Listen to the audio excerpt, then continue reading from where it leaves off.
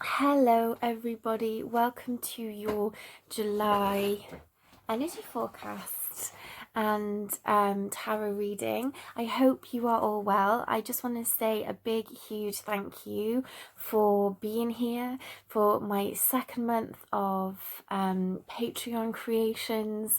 I'm just so grateful and just so blessed to be along on this ride with you. Thank you so much for inviting me into your world, into your life, and reaching out for assistance on this really crazy roller coaster ride that we are experiencing in 2020. It's not news that we are forging new beginnings, we're shaping the new world, and really there's kind of two camps that people are falling into at the moment. Those who are still in the illusion, and that takes many forms, and those who are on the awakening path that are, aspiring and striving to stay in love and in light and keep focused on hope and optimism for this new world that we are creating. The planets are on our side, the cosmos is on our side, the angelic realms, the spirit realms, they're on our side. So don't ever think that we are facing this challenge alone, because we're not. Absolutely not. We're not.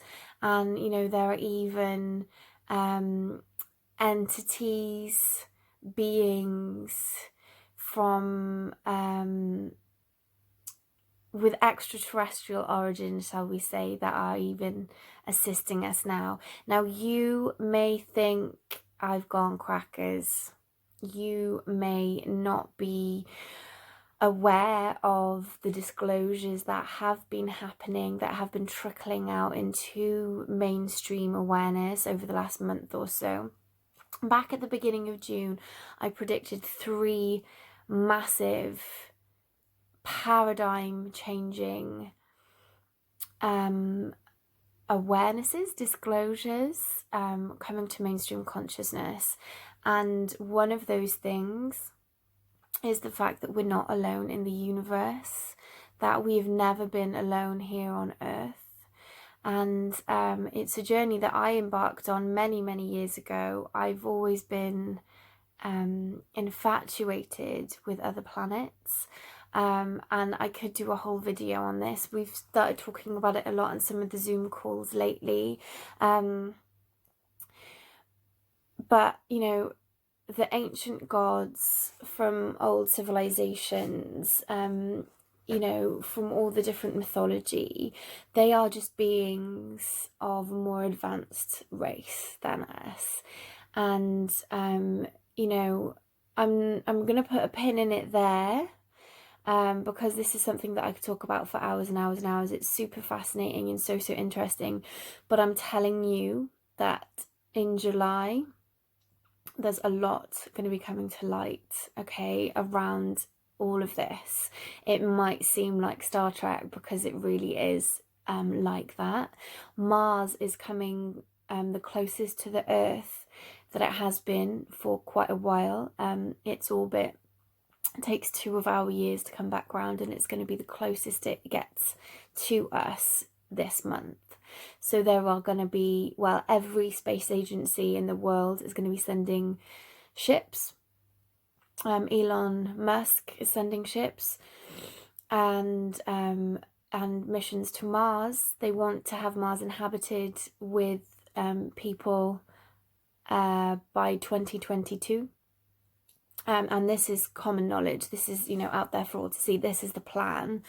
But also, because we're heading over there and coming back over here, there are beings that live here, among us, on this planet, that are going to be venturing back to Mars. So there's going to be a lot of extraterrestrial chit chat coming into the news, into the media, as a way of kind of getting people ready for this. So I've even noticed it myself. There's a lot of stuff popping up, news stories about 36 advanced races living in our galaxy. That's been across quite a lot of scientific and news websites in the last month. I've noticed an outer space music playlist pop up on my children's Spotify area. There has been a lot of released footage of UFOs, a lot of military personnel stepping forward, sharing their stories for the first time, being allowed to do so. So it's happening. It's happening, and it fills me with hope. It's something to get excited about. I don't think it's anything to fear, because it's something that can unite us all as a species, as a human race. It's going to stop us fighting amongst ourselves, one would hope. It also raises a question: if we have all these billions and billions and billions of dollars and pounds and whatever currency in the country that are sending space missions to space to build rockets and to go out there, why aren't we feeding the hungry, housing the homeless, and clothing the poor and what have you? So I think there's going to be some big divisions coming forward, but this is also, the beginning of the end. We have to shine light on these things in order for us to make them better. So that's just one of the things that's coming up. Some of us may be rubbing our hands together in glee, like I am. Just don't go into the fear agenda of it all. Stay positive, stay optimistic. And if you want me to do some videos on what I know of extraterrestrial races and the true history of our planet, not the history that was put into the textbooks.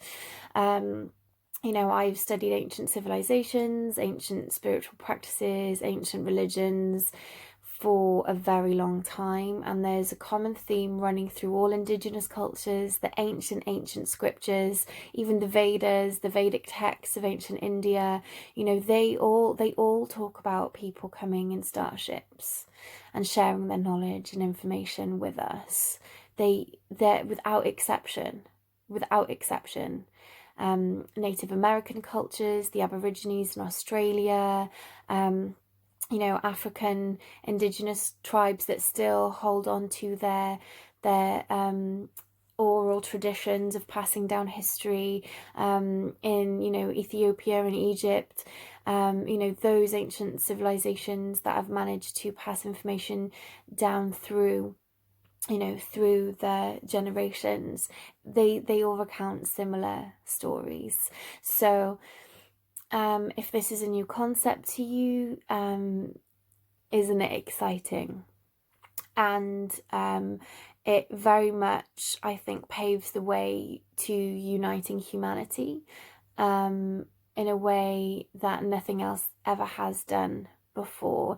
So they can't just the governments, what have you, can't just come out and say, oh yeah, by the way, this whole time we've known we're not alone in the universe. We have regular meetings with extraterrestrials. We've covered up all the crashes, all the visits, the Galactic Federation, as they're called, the what's the word, the council of the planets of our galaxy. It's they can't just come out and say all that.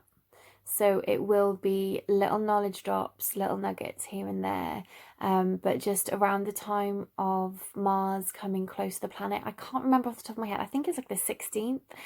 Just to let you know that, just be aware of you're going to be, if we have clear nights, you're going to be able to see a lot of traffic up there. So that's exciting. And if you think it's far-fetched, then just wait and see. We'll see what happens. But this is what I feel, and this is what, I feel Spirit are kind of have always led me towards, have always been kind of preparing me for since my, infatuation with outer space, with civilizations on other planets began all those years ago.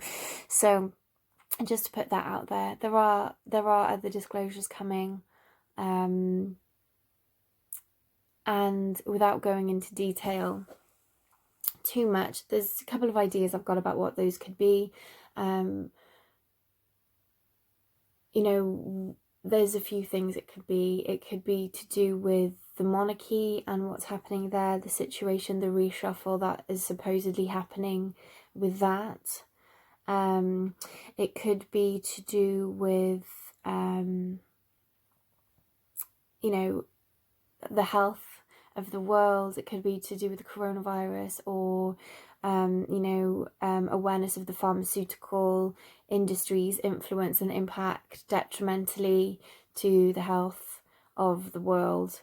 And it could also and hopefully be the pulling away of the curtain that has allowed a lot of horrific and satanic things to happen in this world. But that reign is coming to an end, so we are, just stay in love, stay in light. If at any time you feel that you're wobbling down that road of fear, of confusion, connect in with this family, this Patreon family that we have here, this support network that I've been trying to put in place to help, keep the light in our hearts.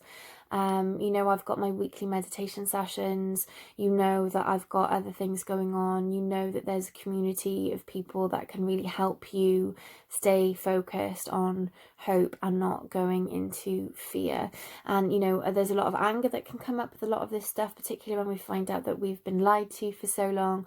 So, just as someone who took my red pill, about 15, 16 years ago, I went through that anger cycle. So if you need any guidance or advice or support in staying out of that, I'm here for you. Okay, so with all that being said, 12 minutes in, with all that being said, there's some other things I just wanted to bring forward that are going to be happening in July, okay, that have been predicted by astrologers and other kind of light workers that I follow, and I aspire to be like, in that connection and that knowledge to share. So around the 12th, 13th, 14th, there is a particular planetary transit. Now, off the top of my head, I can't remember what that is, but this has historically been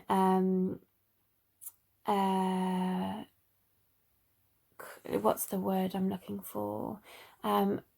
Historically, when this particular planetary conjunction and alignment happens, there's a lot of seismic activity on the planet, earthquakes, volcanic eruptions.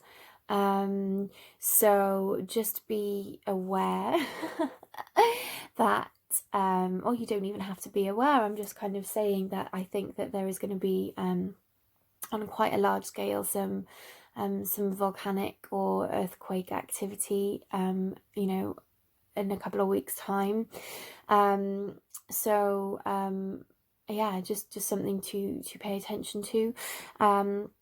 And we're not out of eclipse season yet. Eclipse season ends around that time. We've got one more eclipse, so there's still going to be a lot of emotions churning. Well, there is with all of what's going on in the world, but again, this and with eclipses and eclipse season, it's about things coming to light, things coming to our awareness. We still have a lot of planets in retrograde, so there's still a lot of reassessment going on, retuning, refining, reconnecting, recalibrating. That's what the retrogrades are about. It's all the RE words, okay? So just keep doing that internal work. Keep your finger on the pulse, but keep checking in on yourself. What's coming up? What emotions is that conjuring in side of me. How do I feel about it? How do I feel about my place in the world? How do I feel about how all these events connect together? There's lots of dots being put together.